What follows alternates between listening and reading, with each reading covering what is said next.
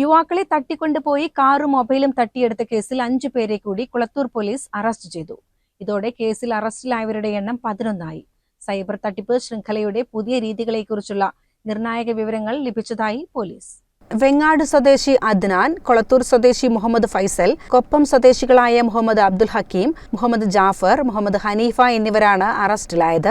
മലപ്പുറം ജില്ലാ പോലീസ് മേധാവി ആർ വിശ്വനാഥ് IPSന്റെ നിർദ്ദേശപ്രകാരം Perinthalmanna DYSP A Premjith, Kolathur CI Sajith എന്നിവരടങ്ങുന്ന പ്രത്യേക അന്വേഷണ സംഘമാണ് പ്രതികളെ പിടികൂടിയത്. കഴിഞ്ഞ മെയ് 5-നാണ് കേസിനാസ്പദമായ സംഭവം നടന്നത്. സാമ്പത്തിക ഇടപാടിനെ ചൊല്ലി വെങ്ങാട് സ്വദേശികളായ ഹുസൈൻ, സിറാജ്, അഷറഫ് എന്നിവരെയാണ് പ്രതികൾ തട്ടിക്കൊണ്ടുപോയത്. രാത്രി 11 മണിയോടെ കൊളത്തൂർ കുന്നത്തങ്ങാടിയിൽ വെച്ച് കാറിൽ വീട്ടിലേക്ക് പോകുകയായിരുന്ന ഇവരുടെ വാഹനത്തിന് 2 കാറുകളിലായി വന്ന പ്രതികൾ വിലങ്ങിട്ട് 3 പേരെയും തങ്ങളുടെ കാറിൽ കയറ്റി ആമയൂർ, കുപ്പൂത്ത് എന്നിവിടങ്ങളിൽ കൊണ്ടുപോയി മാരകമായി മർദ്ദിച്ച ശേഷം പട്ടാമ്പിയിലെ ഒരു ലോഡ്ജിൽ പൂട്ടിയിട്ടും മർദ്ദനം തുടർന്നു ലഭിച്ച പരാതിയുടെ അടിസ്ഥാനത്തിൽ പോലീസ് അന്വേഷണം ആരംഭിക്കുകയും മുൻപ് 6 പേരെ അറസ്റ്റ് ചെയ്യുകയും ചെയ്തിരുന്നു. ഒളിവിലായിരുന്ന പ്രതികളെ കൊപ്പം, ഷൊർണൂർ ഭാഗങ്ങളിലെ ഒളിത്താവളങ്ങളിൽ നിന്നാണ് പിടികൂടിയത്.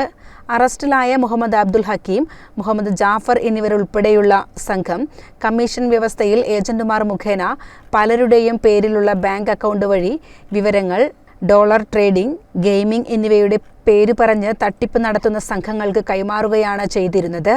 സൈബർ തട്ടിപ്പിലൂടെ അക്കൗണ്ടുകളിലേക്ക് വരുന്ന ലക്ഷങ്ങൾ ഉടൻ പിൻവലിച്ച് തട്ടിപ്പു സംഘം പറയുന്ന വിദേശത്തുള്ള അക്കൗണ്ടിലേക്കോ ഏജന്റുമാർക്കോ പണമായോ കൈമാറുന്നതാണ് ഇവരുടെ രീതി. ഇത്തരത്തിൽ അക്കൗണ്ടിലേക്ക് വരുന്ന പണം സംഘത്തിന് നൽകാതെ കബളിപ്പിച്ചു പോകുന്ന തട്ടിപ്പുകളും നടക്കുന്നുണ്ട്. സൈബർ തട്ടിപ്പു സംഘത്തിലെ മറ്റു കണ്ണികളുടെ വിവരങ്ങൾ ശേഖരിച്ചു വരികയാണെന്ന് മലപ്പുറം ജില്ലാ പോലീസ് മേധാവി R Vishwanath IPS, DYSP A Premjith എന്നിവർ അറിയിച്ചു. പ്രതികളെ സൈബർ സെൽ ഉദ്യോഗസ്ഥർ ഉൾപ്പെടെയുള്ള സംഘം കൂടുതൽ ചോദ്യം ചെയ്തു വരികയാണ്. ചെറിയ കമ്മീഷൻ പണത്തിനു വേണ്ടി അക്കൗണ്ടുകൾ കൈമാറുന്ന അക്കൗണ്ട് ഉടമകളാണ് ഇത്തരം കേസുകളിൽ ആദ്യം പ്രതികളാകുന്നതെന്നും തട്ടിപ്പു സംഘത്തിലെ മറ്റു കണ്ണികളെക്കുറിച്ച് ഇവർക്ക് അറിയാൻ വഴിയില്ലെന്നും പോലീസ് പറയുന്നു.